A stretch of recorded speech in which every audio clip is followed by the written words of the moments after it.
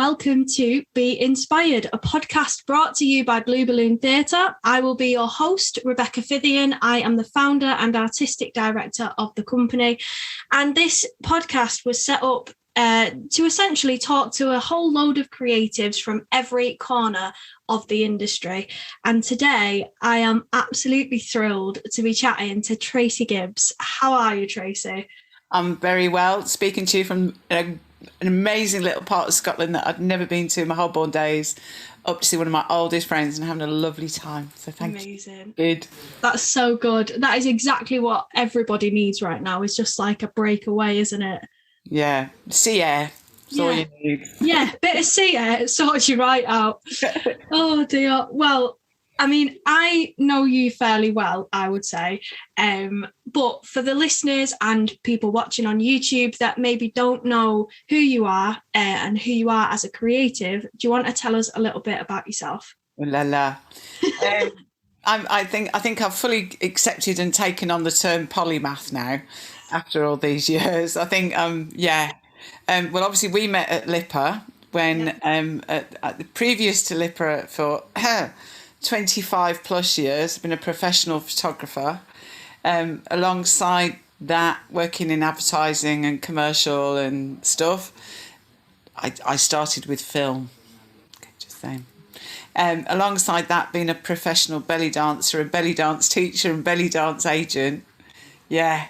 Festival organiser, did a little. Bit of everything. And then, a little bit of this, a little bit of that. And then 2016, made the decision to go to school and went to LIPA to study theatre and lighting for performance.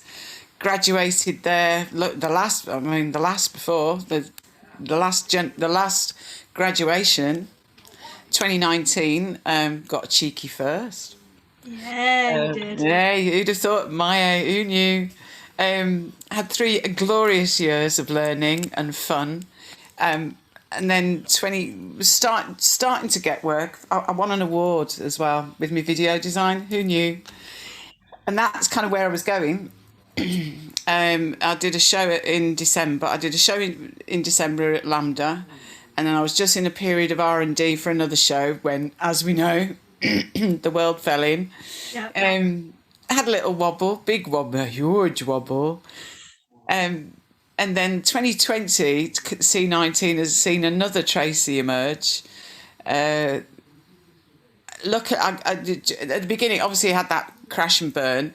And then what was a quite remarkable thing, and I think Manchester and the MIF in particular, Mark and John, from the first week, started doing these drop-ins every day. Oh, wow. On Zoom, every day, 1 p.m, John McGrath, John Mark Ball. And it was just an amazing support thing. And then these sort of grew into bigger things. And they've kind of carried on, and then they became every 2 weeks. And that was the support. And then via Twitter, always keep your eyes on Twitter, kids. There was opportunities starting to appear of free stuff. And I was like, well, what else am I doing? And Creative England put out a thing for, it was a creative boot camp in virtual reality. Which I'd never touched, and I applied and I got on, and they sent a headset, and we had the headset for 2 weeks, and they loaded it with all this creative stuff. No games, and I was blown away.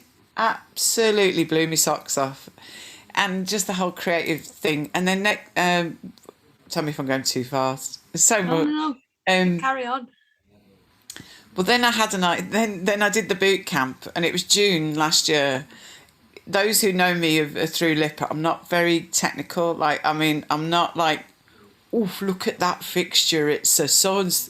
It's for Tracy. There are pointy ones, non-pointy ones, and mover woovers. Okay, never really got on the whole like. I love light. Light is my thing, but that bit. I started sketching, but I always used to sketch all my ideas. And anyone who knew, so when I started designing a show, even now, I sketch. The computer's the last thing I want to touch. Do you know what I mean?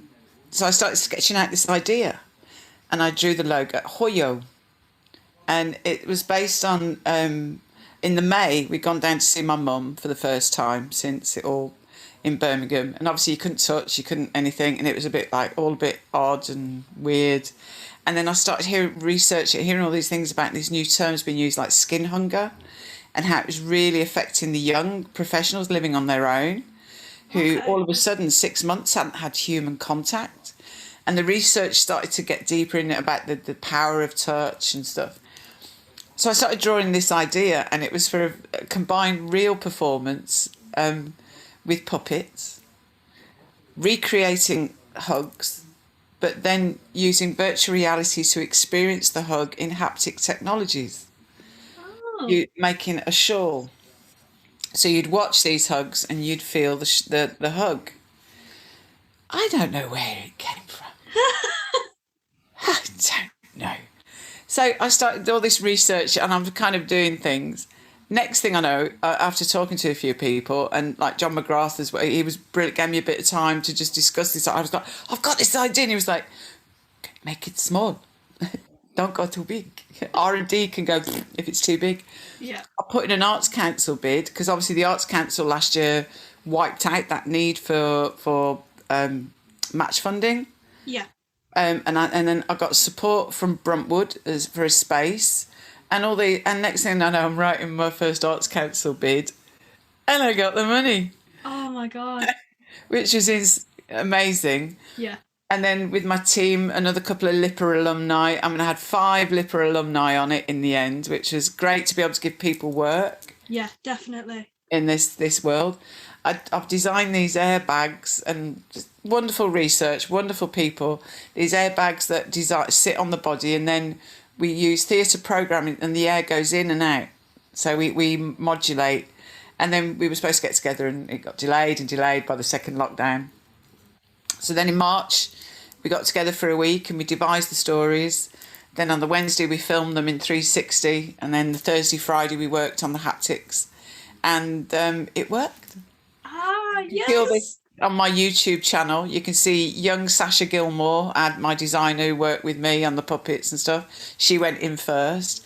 And then you can actually watch the 360s, and we created a binaural soundscape as well, and they're all up on the YouTube channel, so if you've got a headset you can watch them without that. So that was astounding. And then had the sharing where are we, beginning of May, and invited guests, and that's then now triggered. I put in I put in an application for DYCP. You get me? Ooh. And I've got that. So now I'm working on, I've got time to now research and get ready to try and get the next stage of funding to try and make Hoyo, because at the moment there's an air compressor in another room. Do you know what I mean? Yeah. So that, but yeah, and then lucky, touch wood, touch camphor. I've actually picked up some shows, which is amazing. And I still have to go like this. Is this actually happening? And I've done 2 little shows at Manchester School of Theatre, which were both filmed, lighting, and that was a bit scary because I hadn't done it since 2019, which is a bit odd. And I'm designing the video design for a show at Liverpool Playhouse. Oh my God. So it's gone. Are you allowed to say which show that is? Yeah. Love Liverpool. It's on at the end of July, and it's based on a digital thing they did during lockdown of people writing love letters to a city. Oh, wow. And this is now being fleshed out into a beautiful, really personal, and quite a lot of the people who've written it are in it. That's amazing. Yeah, so I'm kind of custodian of joy is how I like to think of myself for this, because there's no set. There still has to be social distancing. So the projection's forming quite a big part. And we put a public call out. Part of my creative was I really wanted the people of Liverpool to send me their stuff. So now I've got this huge pool of imagery of that glorious Liverpool light. So now I'm working on... So yeah, it's gone into the next stage now. There's been a lot of research and now I'm like, okay, playtime. Oh, that's the best bit, isn't it? Yeah. Playtime is the best bit. Totally. So yeah, I was on the floor. I seem to be not on the floor. Feel very fortunate for that, and it's found a new path of creativity into a world I would never. I mean, virtual reality and haptics. I mean, what? I'm 55. What am I doing? though, like, I just love how you're very passionate about what you do. It's so clear. I remember the first time I met you, I was like, she is incredibly passionate about this. I mean, let's backtrack a little bit. What made you want to go to LIPA to do that course? Because obviously spending that long doing photography, you know, I would imagine you were quite established by that point. You knew what you were doing. And what made you want to take that next step? Oof. Well, having survived several recessions, hello, I'm that old. Yeah, even the triple, that wasn't a triple, it was just a slowdown. Yeah, right.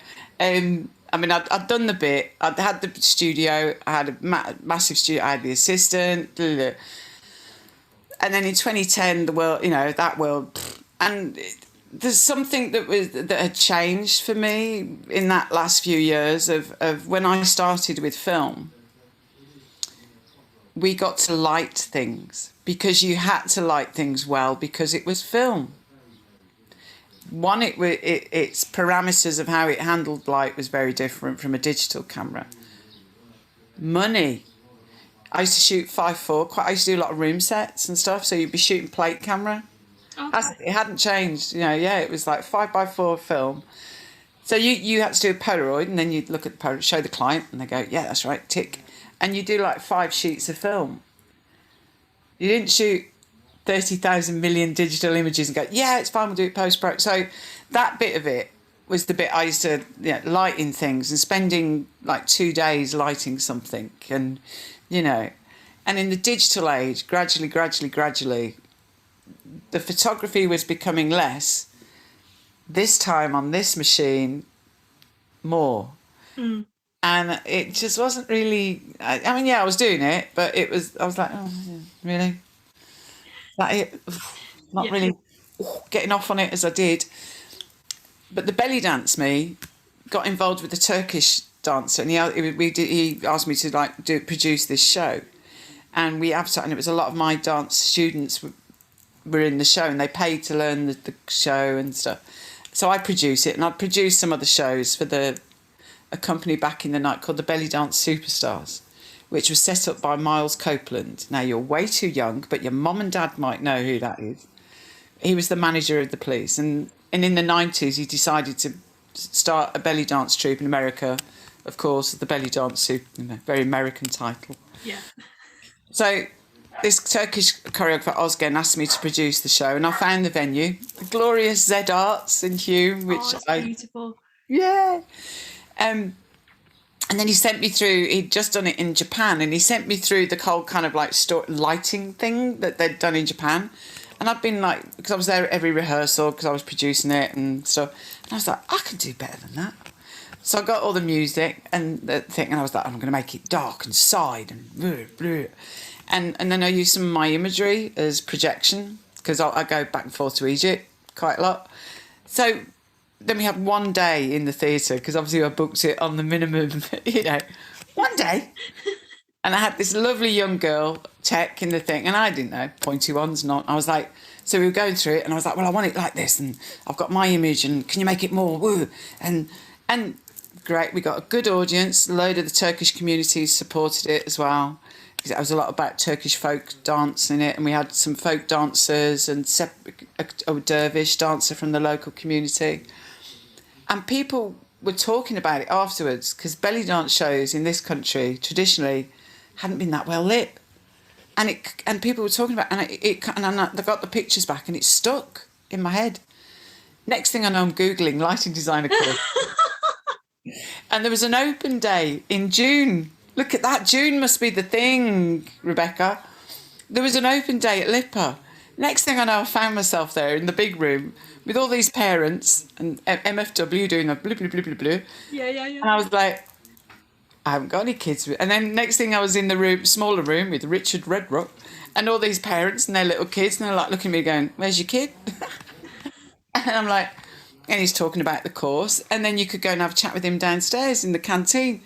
So I just sort of went and sat with him, and I was like, so, Mr. Redrock, is there room in this industry for a woman of my age? I am not 22, I'm 52, 53 or something, 52 I was then. And I was like, so what it is, mate? And I got my phone out and chatting to him, and I went, I've just done this show, and I showed him some pictures, and he went, can you come in September? Oh, wow. He gave me an unconditional offer then and there. And I was like, went home to my husband. I was like, and he went, you have to do it, don't you? And I went, yeah. So then I had 2 weeks to do the whole UCAS, get the student loan, because I had no money. I mean, this wasn't a vanity degree. This was like,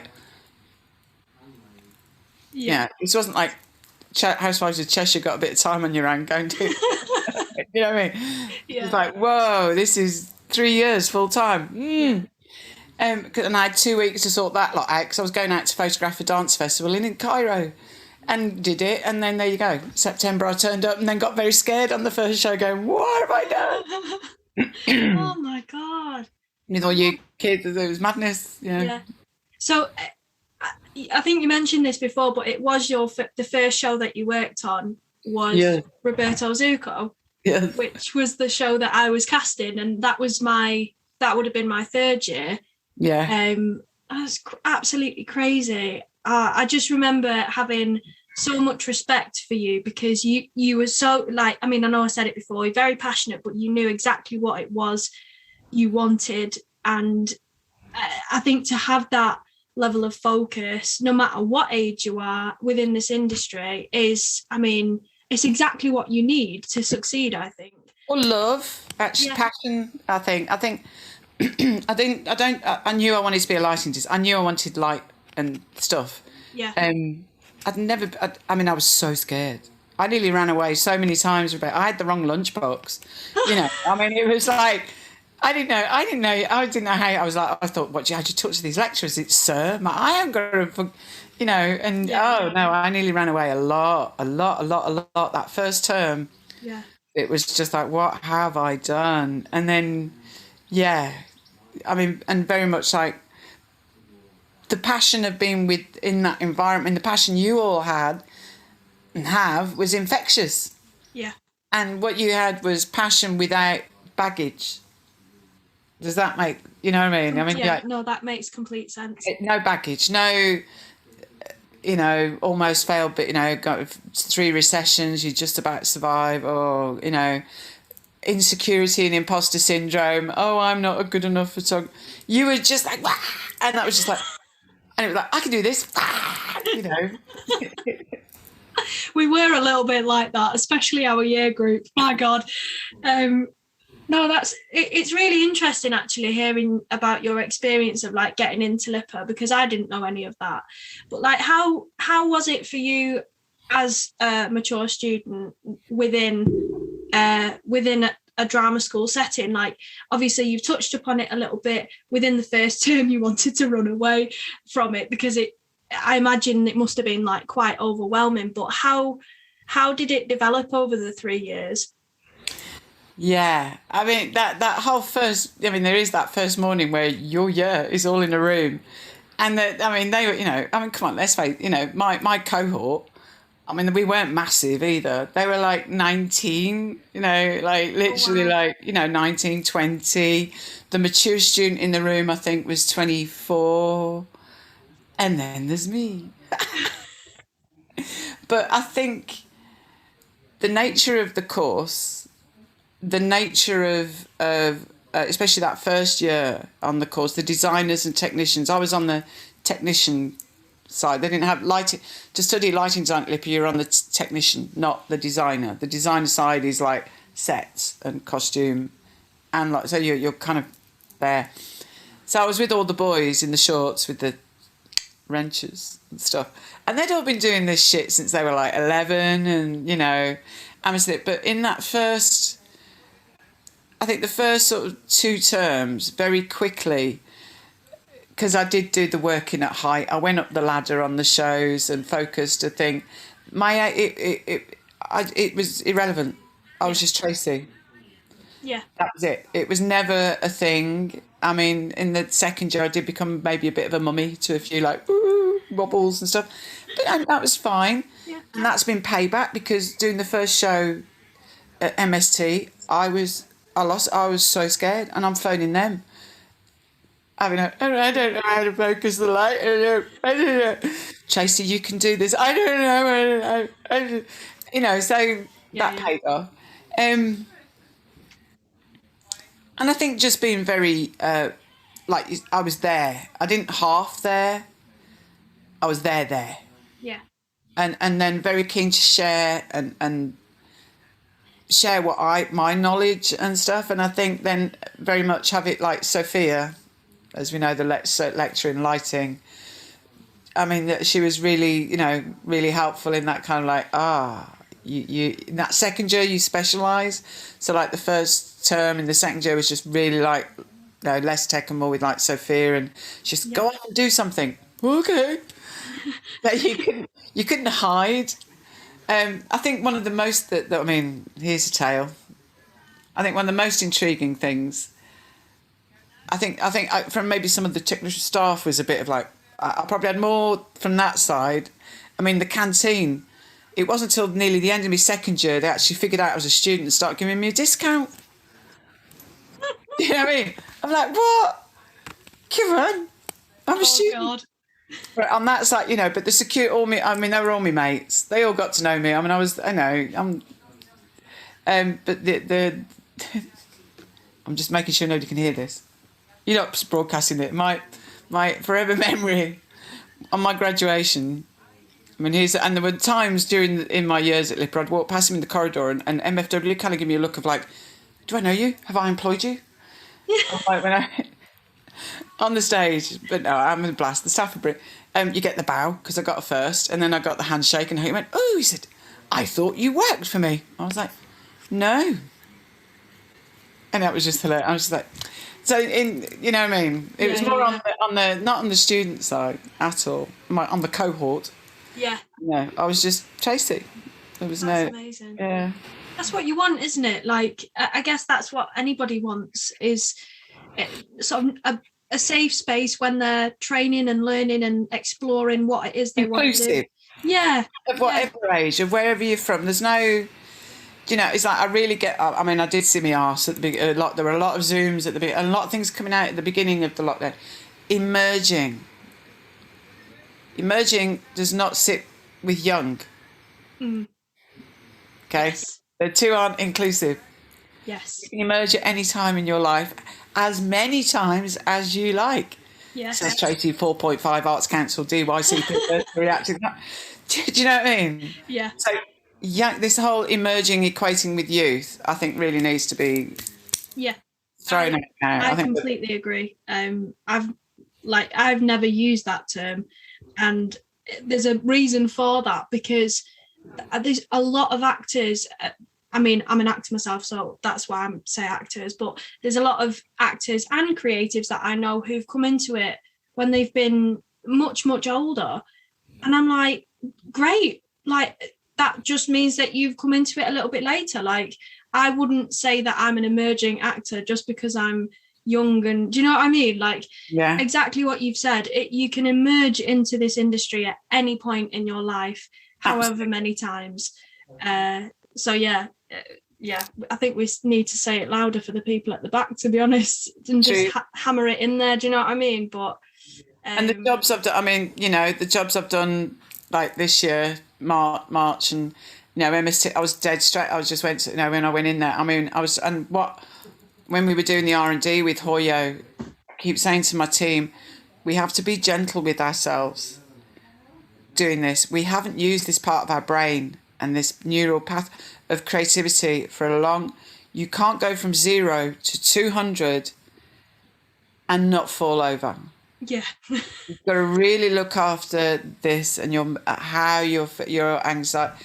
You don't expect to be able to do everything the same speed, and why should you? And that was like in the first show, I was like very much when I went in there, like with the guys programming that, and I was like, don't expect me to be quick. I have to find the language again. I have to retrain my eyes. Yeah. This isn't, you know, and especially like for recent graduates, I think that's a thing to take forwards to the industry now. The last like 3-4 years of graduates, that knowledge, and it's proven science. You get stuff. It comes into this part of your brain. when you're learning, and then it has to go here. And it's not till it's gone here that it becomes solidified. Yeah. So it becomes that natural. So we're still processing, you know, if we graduate 2019, 18, 20, COVID's completely shafted that. This stuff hadn't settled. It hadn't gone here. So I think there's a whole couple of years of graduates in the creative industries that need to just be a bit gentle. Yeah. And the theatre industry be gentle to itself and those coming through.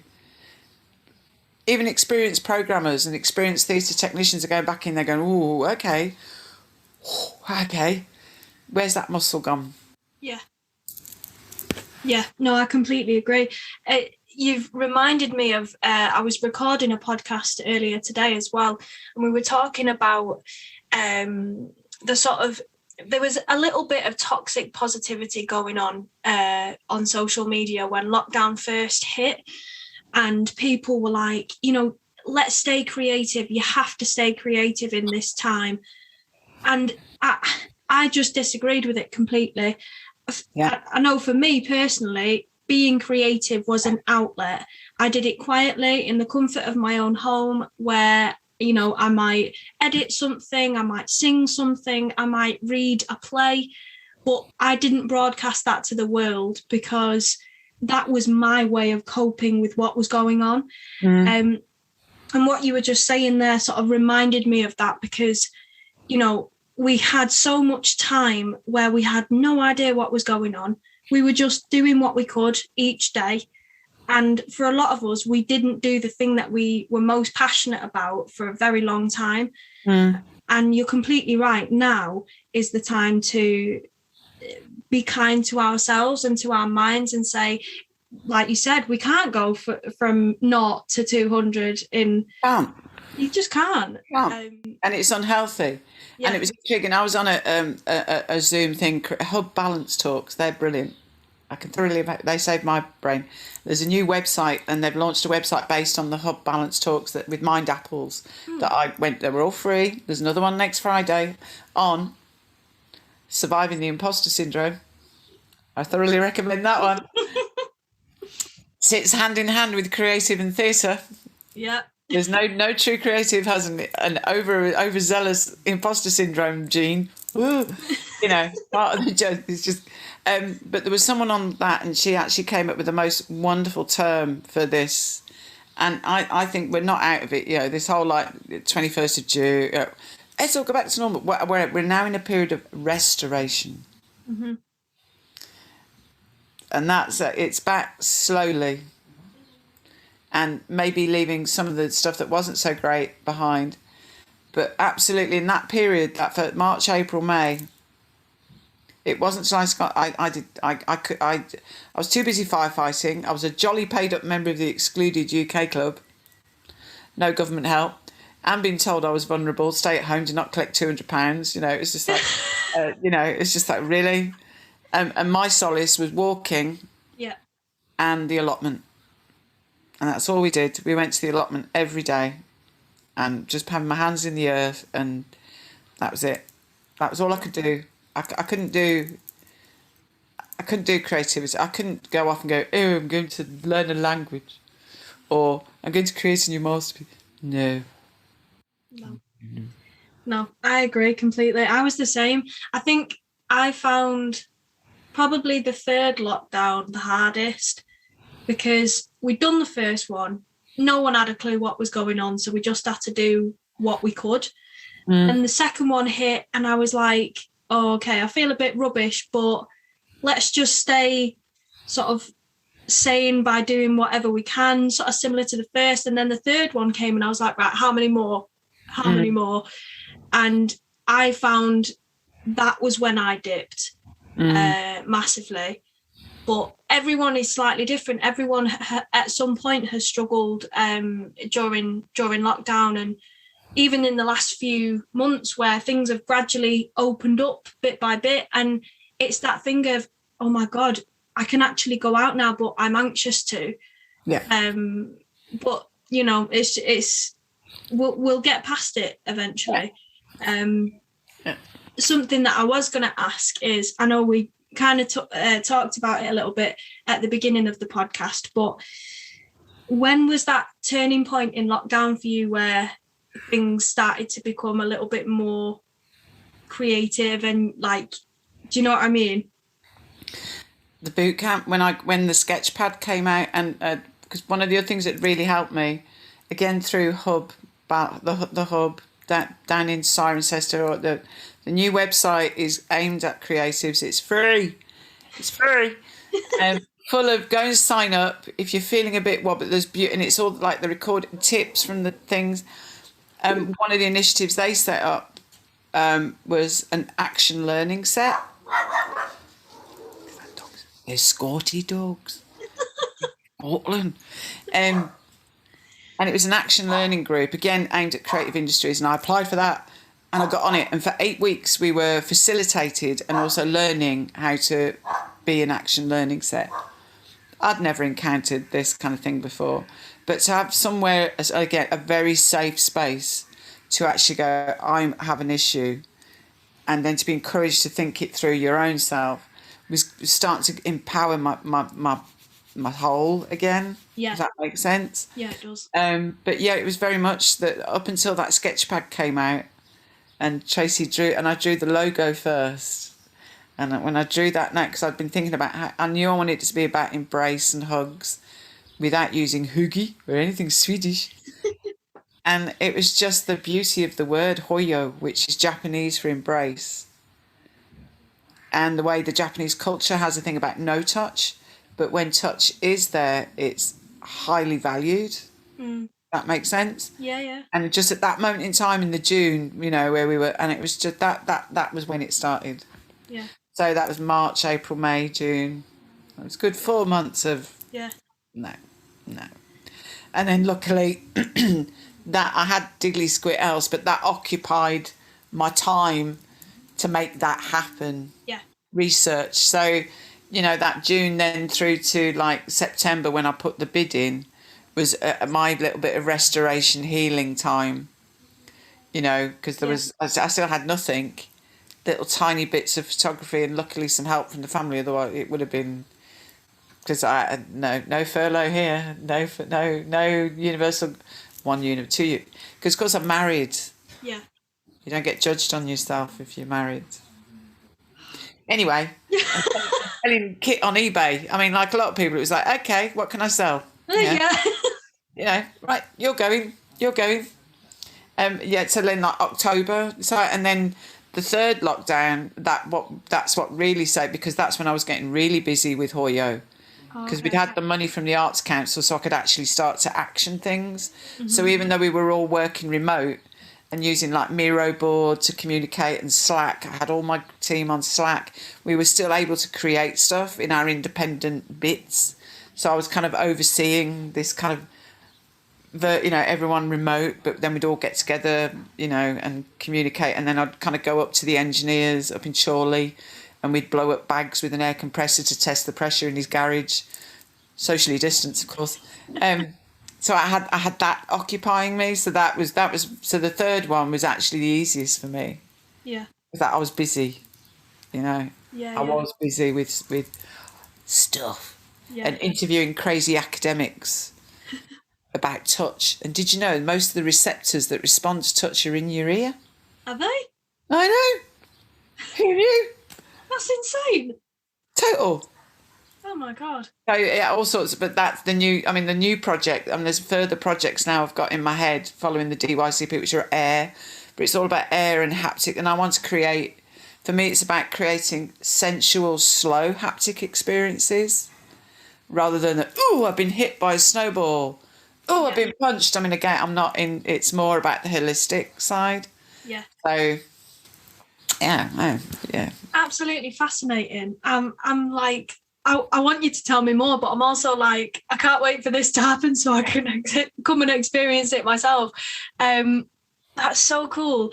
I'm keen to ask this question because you're very much like me in that once you do one thing that sort of inspires you in some way or stimulates you, that has a knock-on effect massively, and it'll sort of take you down different avenues where you discover new things and you want to try new things and new ideas arise. what or who inspires you as a creative? And yeah, well, there you go. That's the question. Well, one of my graces, and it's all Sophia's fault, is Bob Wilson. Okay. Theatre director, the American theatre director, lighting designer, installation artist, furniture design. I mean, and he set up the centre in America as well, where actors and performance groups who can apply to come and do. I mean, the list goes on and on and on and on and on and on. What intrigues me about him is he's also possibly very much a polymath. Right. His backstory, I based my dissertation on him as well, because cool. his use of the cyclorama and light there's something going on there that is extremely powerful. Very much him.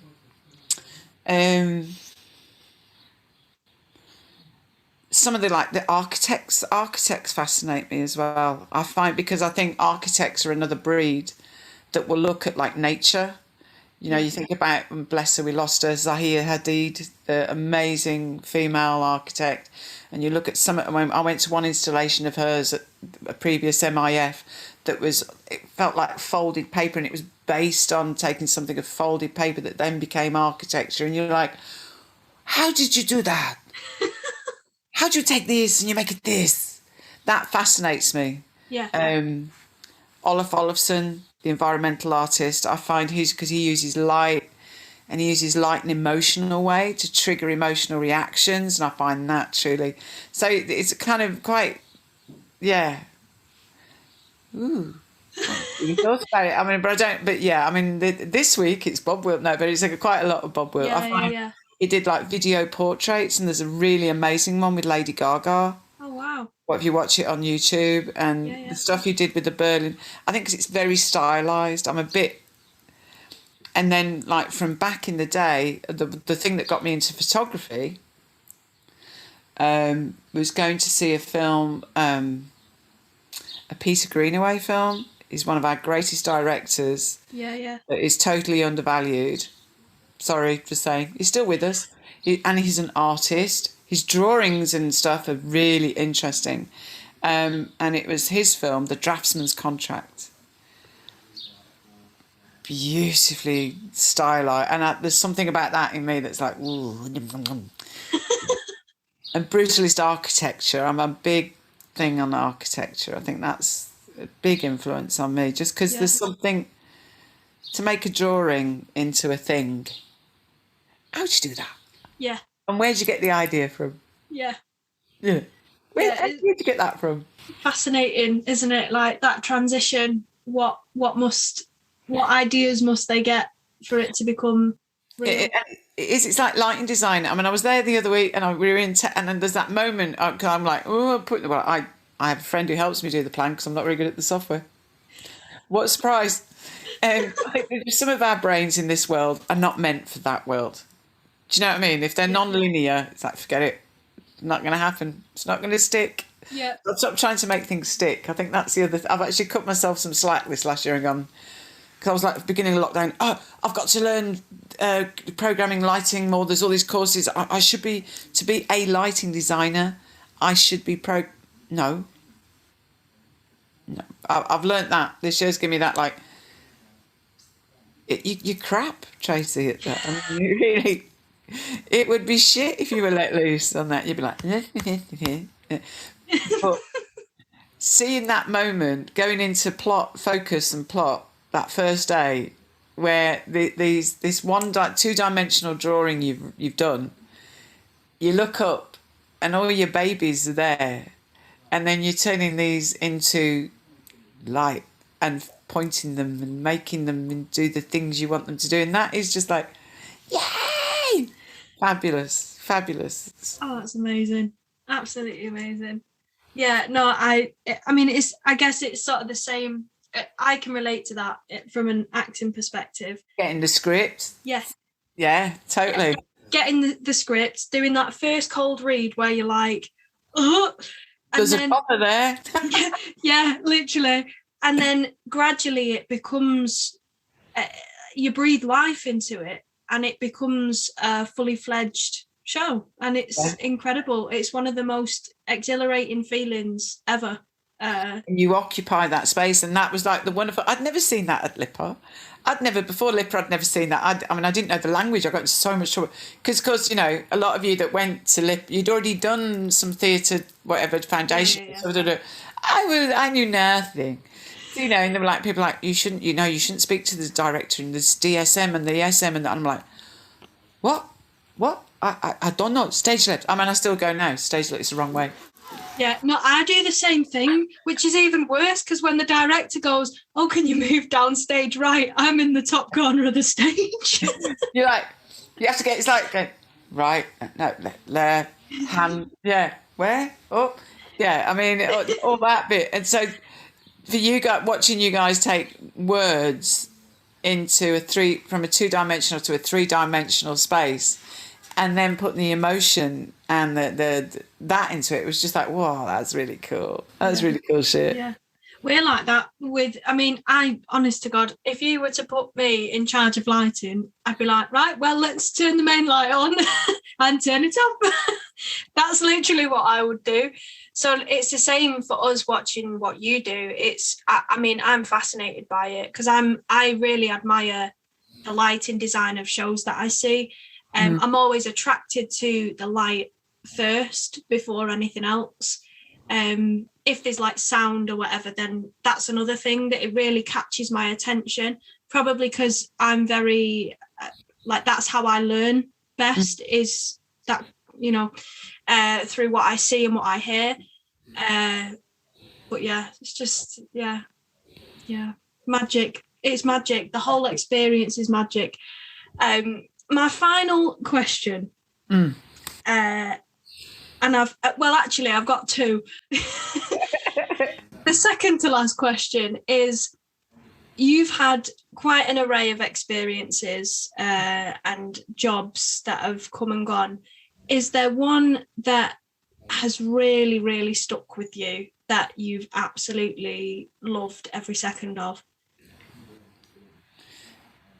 Do you remember? You won't remember Scare. There used to be a TV kids program called Scarecrow with John Pertwee, where he used to go and put a different head on. And so there's a bit of head changing. I think what I'd like to add to that is like you say, I think what I kind of brought that was a bit different is that breadth of experience, which goes back to the emerging. I think, say, anyone who's over 30 out there, go to university, go and follow your dream, because what you've got with you is stuff that you don't know is a bag of goodies. Yeah. And it's not until I went to Liverpool that I realised that. I'll give you the three then. We'll start with the Dancey Me. One of those was performing to a live orchestra in Cairo on a boat. That was 2015, so it's not that long ago. A show my mate, we worked and we did a show on the Nile Maxine with invited guests. Oh my God. And so I got to dance on a boat on the Nile with an orchestra. That was pretty cool. Photography. I've had some. I think one job, and really, there's a bit too many on various. I won awards, whatever. Don't mean anything. I got to do for a little time the honorary degree photography for Liverpool University. Okay. So I used to be upstairs in the Royal Philharmonic photographing the great and the good and stuff. And one time it was Elvis Costello and his wife, and that was really interesting, watching all the academics go. But there was one time, and there were a couple of times that really stuck with me, and one was a chap, local Liverpool chap, real old, a proper gentleman, and he'd been responsible for setting up workers' pensions and stuff like that. And that was like, that felt a nice moment to be a photographer where you're doing a bit of that. Yeah.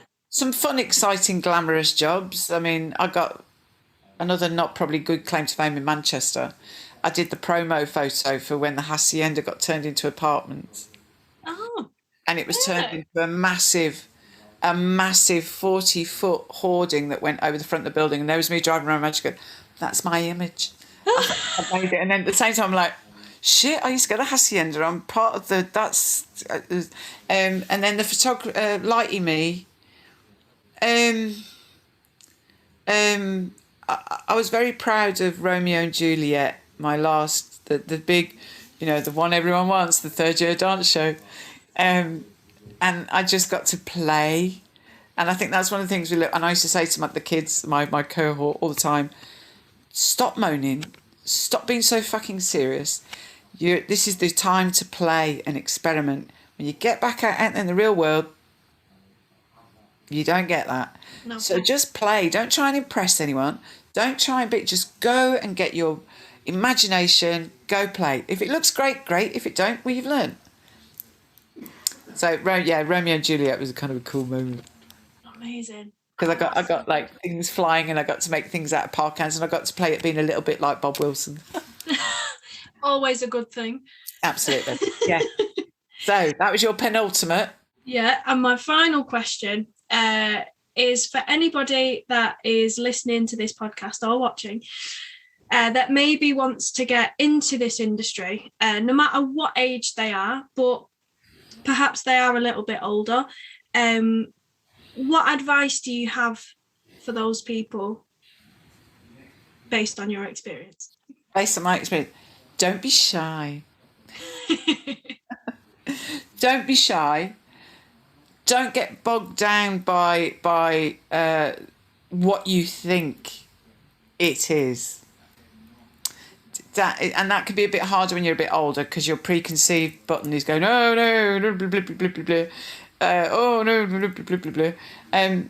You don't have to prove yourself any more than. Mm-hmm. I think that's quite key. And just be really honest about your strengths and weaknesses, and have some passion. And I think I'd have never got through that door if Mr. Redrock hadn't sensed that this bonkers woman was sitting there going, no, I'm really serious about this. I want a job doing this. I don't just want to go and see the shit. I want to be lighting the shit, But also be realistic in your, what it is. What do you want to do with it? Yeah. That's a key thing. And then just be open to where, there's a bit of like this new Tracey, without Lipper doing this Hoyo with the haptics and VR would never have happened, because I'd have been in that rabbit hole of, I'm a photographer, that's what it is, that's what I'm always going to be. Yeah. Do you know what I mean? It could be a transition to something else. Yeah. Amazing. Oh, that's that. You know what? That is sound advice, I think, for anyone that's listening to this. I know I've certainly taken a lot away from this chat, most definitely. It's been an absolute pleasure to talk to you today. You too, young lady. I've missed you. I've missed you. I've missed you too. Oh dear. Shall we share the Zuka? Should we share the Zuka? My role. Yeah. Because I was the grown-up in the room. Because the director was insane. A wonderful ball of energy. I did meet her in London. Loved her. Loved her. Crazy. bonkers. So, and luckily the young lead actor in this actually became naked, which I don't think is something that happens at Lipper very often. So someone had to be backstage holding his robes and then helping him back in his trousers. And all you have to say is you're at a certain height. And anyway, so for 4 or 5 nights, wherever it was, 4 or 5 performances, I was that person behind. And I think possibly because of my age, I blushed less. So I was like, there you go, mate. There you go. Thank very much. There's your trousers. Off you go. So that was my first show at Lipper. And my husband was like, what are you doing? I'm like, wow. Oh, God, what a story. Hey, babe. Well, listen. Be well, be gentle, and let's all come out of this, gently. Restoration. Definitely. Well, thank you so much, Tracey, again. And thank you to everyone that's listened, watched. Don't forget to follow us on all social media so that you can stay in tune. Tune in and keep in the loop. Yeah, all the things. Basically, follow us on all the things, and then you'll see what we're doing. Great. I will too. Amazing. Take care, Tracey. And you. Bye, Rebecca. Bye. Bye.